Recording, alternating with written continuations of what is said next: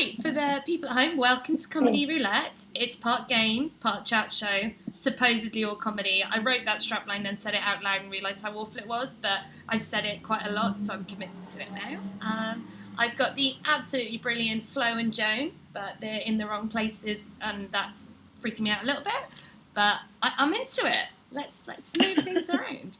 And next to me in the celebrity squiz, I've got the lovely Elly Shaw, who is also my third player in the game. I also have my bingo machine.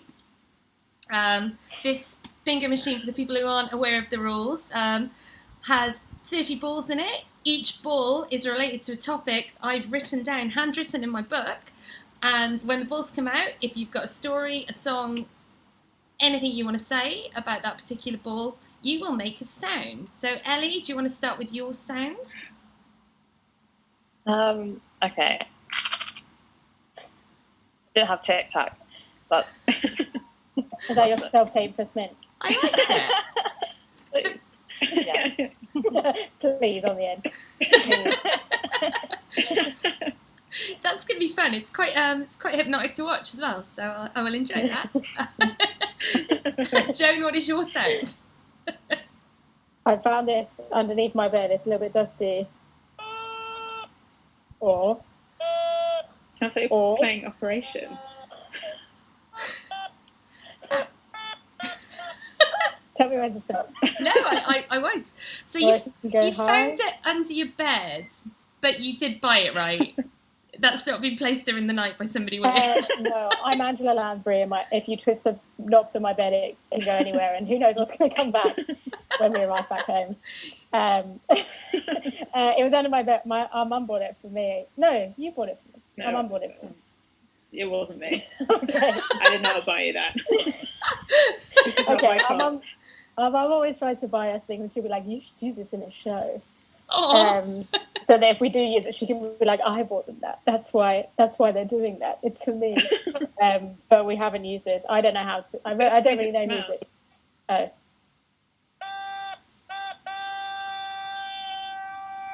Okay, I guess so. Oh, it's some music now. I've only just worked it out. Yeah, right. quick on the draw. Well, you're using it now. You can send your mum this. This is a perfect example of the item being used. So yeah, she can use it on a tax form. I don't know. I don't know how taxes work still. So yeah, we can all claim the tax back on this. My mum doesn't send me items. She rings me up with hot takes that she says you can use that in your set. I'm like, I probably won't. Yeah, but thanks. But thanks. Yeah, thanks. Oh, you'll never guess what happened in the potting shed. She lives in this like weird old people's home, and there's so much drama there all the time. Like it is like an episode of some kind of like gentle Midsummer Murder style mystery, and a lot of people die there, and she's always involved somehow in a way that would suggest that if it was telly, you'd think she was a bit too interested, but she's just always in the right place at the wrong or right time, depending on your perspective. Yeah, my money would be on her if this was Midsummer Murders, but she's not, as far as I know, a woman of murderous intent. I'm like, what? with that, what have you got? What's your noise? I'm really sorry. Show that. What is it? I think it's a bugle that's been like repurposed, so you've got a little blow on it instead. And I'm going to be honest, I forgot that I needed a noise, and I knew this was in the room next door, and so unfortunately that's what we've ended up with. But the mouthpiece is falling out, so I kind of love it. It's okay. No, this is great. Everyone's come with something different. I love that. I love that all energy. Very stable choices. Very normal, stable things. All fine. Do people normally just I'll shout my name, and this week you've just got an absolute bunch of hey, my turn. No, we've had all sorts. Tom Tuck had a pretty princess mirror that he assured us he'd been CRB checked for. I don't think that's how it worked with children's toys, but don't believe that. also true. Somebody brought a red trumpet. That was quite exciting. And a hand puppet that answered a few of the questions. So, there's some real high concept stuff that's taken place. Okay. Don't worry, you are firmly mid-table in the weird.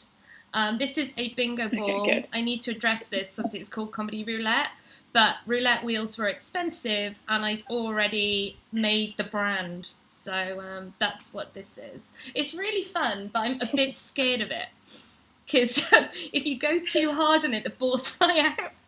And sometimes the cat eats them. So, yeah. It's a very tense game, but not because the answers are very tense, because I don't know what I'm doing here. But, yeah. So, Preach. let's spin the wheel. Oh. I want to just see the whole wheel explode. Love the slow motion spin. Yeah. Wow. And it's number 10, travel. Anything to do with travel. It doesn't even have to be about you. I've had several people throw people under the bus recently, and always to great effect. Like, I'm into it. Are you good airport people? Do you arrive early? Do you arrive late? What's your vibe? Would we get on if we went on holiday? I get there like 5 hours early. Oh, Do you? Oh dear. Then what? Then what do you do? I'm just ready the whole time. Cases. Are you a nervous flyer? No. You just love the airport. I just love being on time so much that I'm inappropriately early for everything. That's good though. Yeah, I live in the world of either being like impossibly early or so late you might as well not bother turning up, and there's not really anything in between. Whoa. It's That's me. Yeah. It's You once got so angry at me for we were flying to Jersey and we had to meet at London Bridge Station to get a train to Gatwick, I think it was. Yeah. And we'd left like enough time. No, I'd left enough time. I'd left enough time, but that day all my trains to London Bridge were just backlogged. So I got to my train station within plenty of time to get the train I needed to get. I genuinely did. I genuinely did. Which meant that we missed the first train at London Bridge to go to Gatwick, but we were also getting a train that would have meant we had panic time if we needed it. So we still got on a train with plenty of time. And it's also a flight to Jersey. You don't have to be there that early. But you had a massive go at me, and she's late. You're late so many times, but the time I was late was like the whole world's going to fall apart. Jersey's not going to be there when we get there. Okay.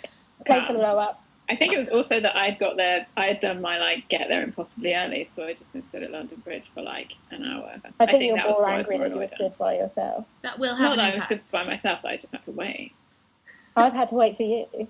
Okay, look, I just need to remind you that this is a game, and we need to take this No, out I have somewhere something else. to say. Okay, that's not what this is for. My friend once upgraded himself. We were on a trip, a work trip to Las Vegas, and we were both really horribly hungover, and I was really excited about us sitting together. He worked out he had enough points on his Virgin travel cards to upgrade to first class, so he left me. Oh my God. In standard class. Oh. And we had an argument in front of all of the staff, because he's like, oh, I won't do it if you don't want me to. And I was like, and he's like, oh, she's fine with that. I was like, did I say I was fine? This is shit. And we realised that we both had wedding rings on, so it looks like he was a bad husband that left his wife. And I lent in so hard to that. I got so much free stuff on the plane. It was like that scene in The Wedding Singer. I was like giving it all this to the stewards, telling everyone, I was like, yeah, he's in there drinking champagne, his free pajamas, I'm back here. And we made such a show of it, though, that they were so into our argument, they forgot to put the points through, so we got to do it for free. How's he going to learn? He wasn't punished. Oh my God. Fair. I know, it's like, can I ring up? Can I report this, 3 years later? Hello? I don't think you charged my friend enough money. It's all men get it easy, I'm telling you. It wouldn't happen to a woman. It's absolutely livid. I'm not over it. Occasionally he asks me, he's like, are we okay now? And I'm like, no. A little bit of our friendship died that day. And it doesn't matter that he brought me a glass of champagne and his fancy dessert to cheer me up. If anything, that just made me more angry. So yeah. Also, what job do you do that you get to do trips to Las Vegas? Oh, it sounds really cool, but I was working at a conference, and it was a conference full of men, and it was about a piece of software as a service that I didn't understand. So being locked in a ballroom for like 10 hours, and people are like, "Oh, talk to me about full site." I was like, "I will get a man to do that," and it was not very good for feminism at all. So I was absolutely furious because it was one of those conferences that hasn't quite caught up yet with feminism and women being great in the workplace. So they had booth babes that I had roundly dismissed and been quite unfeministly critical of at the time. I was like, can't just get models in. You can't just get models in. This is a place to work. But I also had no information about the product, and I wanted the free trip. So very hypocritical. But yeah. I support it. Yeah. If you have to be at a terrible conference, though, it might as well be in Las Vegas. My Instagram tells a very different story for the fun that I had. I remember a situation where there was like babes like that, but male babes. This will sound so weird, but I lived in China for a while, and if you go clubbing there, sometimes they have podiums with like random oiled up Russians in just their pants, just dancing on podiums, and I was like, this is a big surprise. Are they paid to be there? Is that a choice that they're making, or is it a job? Could I do that job? Yeah, it's a job. Yeah, probably. To be fair, yeah. You think? I think the criteria is white person. Yeah, that's you think just what it's like. If they were that oiled up, they wouldn't be able to stay on the podium. Like they'd just it'll be like the Generation Game or something where they're just constantly sliding off Takeshi's and having Castle. to like get back on again. I mean, I'd pay for that. Just like sliding up and down. That's for sure would be, if I ended up on top of a podium, I'd slide off immediately and smash my tits on the way down and be dragged out of the club. I would 100% pay to see that show that Elly described, or yours. We could pitch it. We can pitch it to Amazon Prime. It can be our next special. That's true. It's a flies off pole. It's a 6-hour series. It's like It's a Knockout meets Total Wipeout meets Magic Mike meets Flo and Joan on podiums meets Liberace. In my mind, your instruments would be there as well that you've brought. Yeah, she's playing a horn. Rosie's playing a black crotchet green thing. Sleeves on. Well, my sister slides up her. You really do never know where these conversations are going to go. Right. See, I've definitely gone round more than once, but there's no ball in the chamber. How am I so bad at this? That's what the club is called, where the people were dancing on the poles. No balls in the chamber. No ball in the chamber. Okay, number 18, the worst job you've ever had. Were you in Japan? Oh. You were dressed as a Russian man. Oh, Jesus. That shouldn't hurt. Tell me that's not adding loads of value. I can't believe you're critical of it. You should be proud of that. Thank you. It really hurt my cheeks. You know when you like blow up a balloon too much and it just hurts all along here, like all of your blood? That's what that is. We're not okay. Oh, no. That wasn't choice. My first ever job was in a McDonald's represent, and it was as shit as you'd imagine it. And there was a guy that worked there who he was just, you know, the guy in The Simpsons that's always just fucking everything up. Yeah. And he's like, Mr. Landry, it happened again. Like that guy. It was him as a human in a McDonald's. And it was like a Saturday, and it was absolutely rammed, like just so busy. Everyone was ag. And he got asked to like change the milkshake machine thing over. And literally within like 5 seconds, everyone turned around and the whole of the back like bit was just flooded with milkshake. And he was just stood there with the back of the machine, like looking really confused. So he was shit. And also the McFlurry machine, it's like all the sprinkle. I know this is riveting. This is like behind the scenes McDonald's. It should be on Netflix. And you have to like do this with the machine so all the sprinkles fall out. But it was really, really, really high on the wall. and I couldn't really reach it, so I'd just like do this and hope that I'd smack it, and I would just get covered in like Smarties and bits of flake and stuff. So I spent like my entire summer there just covered in little bits of chocolate, and everyone could see. So everyone could see this like fucking what looked like an underage. Can we swear? Yeah. Okay, good. I just looked like an underage child on work experience who couldn't figure out how to like put sprinkles on a McFlurry. It was quite humiliating. I mean, you added the humiliation at the end. Up until that point, I thought it sounded like a dream job. I was like, showered in chocolate, yes. Milkshake bath like a foam party, yes. Someone patently worse at their job than me, yes. It's the dream. I did just look like child labour, and it was just quite embarrassing. I think people were just like, oh, this is the thing, the rumours are true about people at McDonald's, they're all stupid, this one can't even figure out how to put sprinkles on an ice cream, like, oh my god. But yeah, I didn't last very long, but that was my worst job ever, I think. There is nothing worse though than considering yourself like an intelligent person and then not being able to do manual tasks. Like, genuinely, It is excruciating how frustrated I get by games that I can't understand. Like, really petty things. And then I just have a tantrum. And it doesn't cover me in glory as an intelligent, mature person. So I wouldn't have lasted in that job. I would only need to be shouted in M&M's once for me to be like, I'm out of here. No. Yeah, no, I definitely get that. I did like one day of waitressing when I was 16, and I was like, no, manual labour is not for me. No. It was the terror of having to carry a tray on one hand and be like, madame. I was like, no, I'm gonna kill someone. It was so stressful. I was like, sorry, but this is not worth minimum wage. And I think it was like lower than minimum wage because I was 16. So I was like, nah, no, I'll just not buy things. Yeah, my favourite thing, I used to work in a restaurant as well. My favourite thing was when someone, I don't think it ever happened, not close enough for me, but someone's carrying the tray with the drinks on, or one of the bigger trays with the food on, and they lose the balance on one side and then they counteract to do the other side. And what you end up seeing is a tray doing this and the whole restaurant going, whoa! Obviously everything smashes.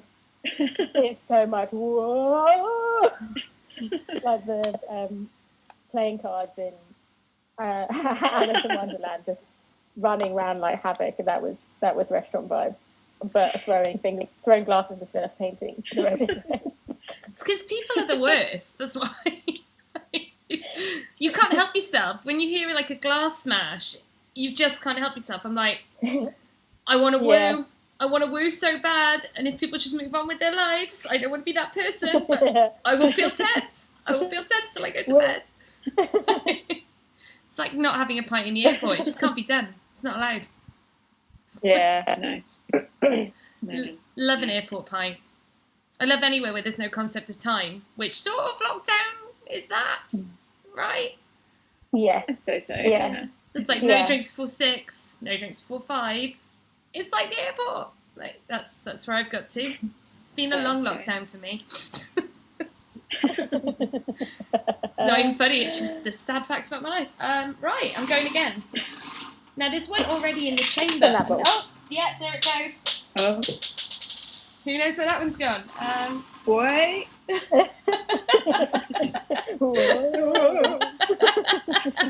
Boys just doing this kind of thing. I guess that's generally what boys do. That's their sort of general motive. That's kind of what they're for, to be fair. To be fair to them, they are literally doing their job.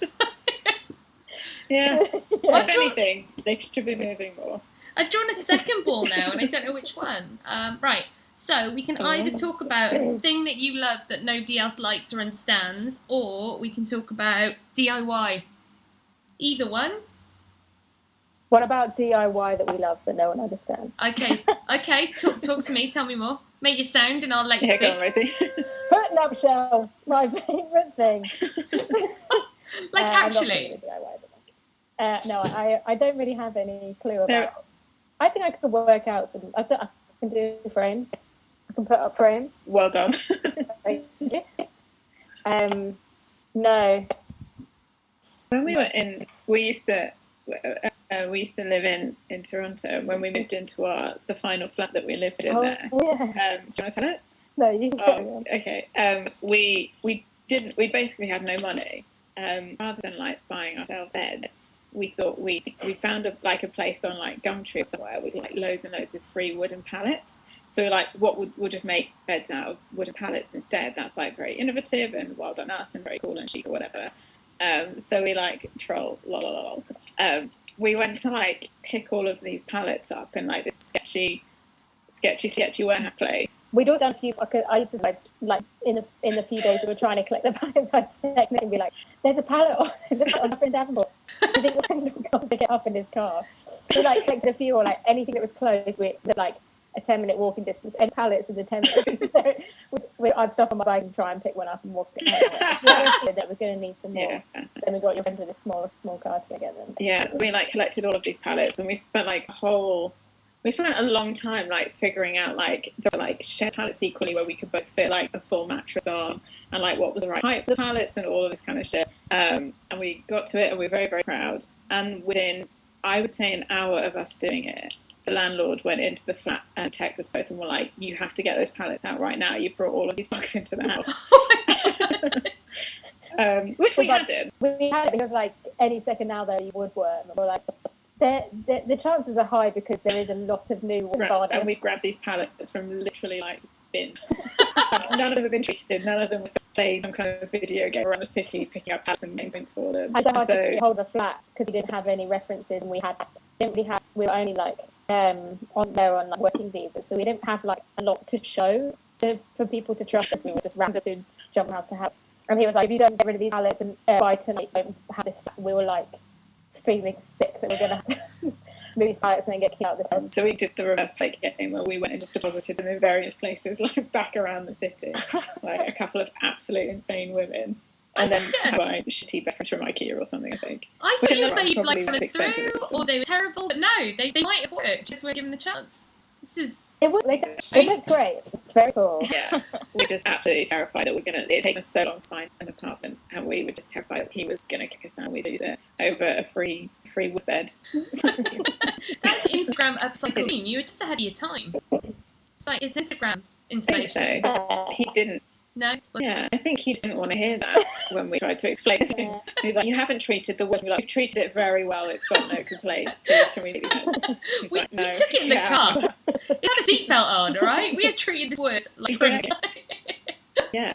We've treated it like Annie when she goes to live with Daddy Warbucks. Lucy has picked up all its load. And we are Daddy and Mummy Warbucks. Of pallets. Well...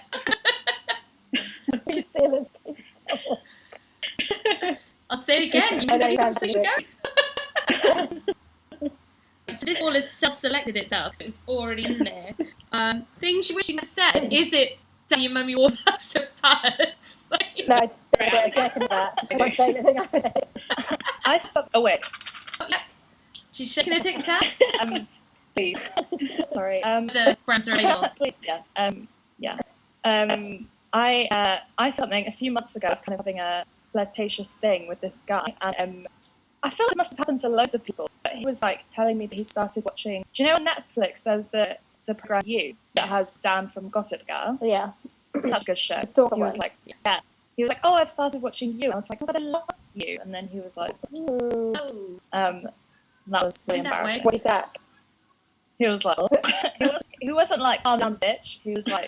He thought it was funny, but he did ring for a while, so I found that very embarrassing. So if that's a program about a stalker, you wouldn't be like to a stranger, "I'm watching a program about a stalker." Like I just wouldn't say that.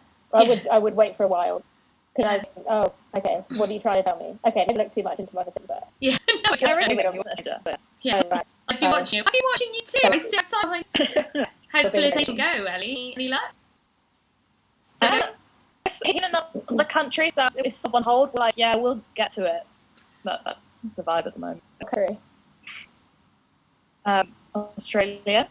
Yeah, that's quite far away. I know. Yeah, we're supposed to move there in November, but I'm not. So. Are you like a world traveller? Is that? Yeah, that's my fashion. I do live abroad just for adventures. I think I feel like I can't be bothered to settle down and be a grown up yet. I've lived in China and Taiwan. Now I think I'm going to move to France because I can't move to Australia. So That's cool. we'll see. How are French friends? Canada. Yeah, in the flow. Have you played any French What? gigs? How are the French for comedy? We've never played in France. They've done the French. With Montreal, but I think they're Half mainly French? half French, half English speaking. I didn't realise in Montreal that they actually spoke French. It was just like sometimes they speak French, and when we got there, everything was French, and they get really annoyed when you're like, "Hello, please, may I have a tea?" And they're like, "Yeah, you can have a tea. Like, what's your problem?" But then when the next time they're like, "But hello, do you have a tea?" You're I like, went "Okay." A-level in French. So I tried to use it, and they go, Bonjour. "That's what they say. Yeah, They want to to fuck you." That's exactly what they say. Well, hello. Hello. There we go, Elly. That's what I say to people, and they hate it. Roll that out in France. They'll love that. Where do you want to go? So I basically want to go to. Do you know Golly? Yes, just outside Paris. Yeah. In France school. Yeah, but it might get corona off. We'll see. Yeah. Don't know. Yeah, when it's all Goliath, and Yeah. you walk in heavily. Yeah. We're walking. I'm just going to pass a spell, Yeah. and then come in. Hello, bonjour. Hello. Come into the Goliath. And then we'll throw smokes in the air, and then we'll wave high, and there'll be fireworks coming out of Disneyland Paris. And we've already graduated and not even stepped through them. Yeah. Flo will sprinkle you in some glitz. It'll be All right, I hope. awesome. Yes. Yeah. Oh, you can't go, Elly. I need you on the circuit. She can. I know, but there isn't a circuit. No, but you were like one of the few women I used to see all the time. It's like, you can't abandon me. We need all I'll troops. bring it around again at some point. Look, the books will get lost, fun, and forever and stuff. Don't worry. My favourite Elly Shaw set I've seen is when it was like such a bizarre night we were on. It was mainly just other comedians. But instead of doing that, she just read all of the comedians that had her on Facebook she never met. That was such a fun night. I was so Yeah, that was experimental. a couple of It people was had funny. I wish that could be a real set. breakdown. I think it's over 100 for requests now.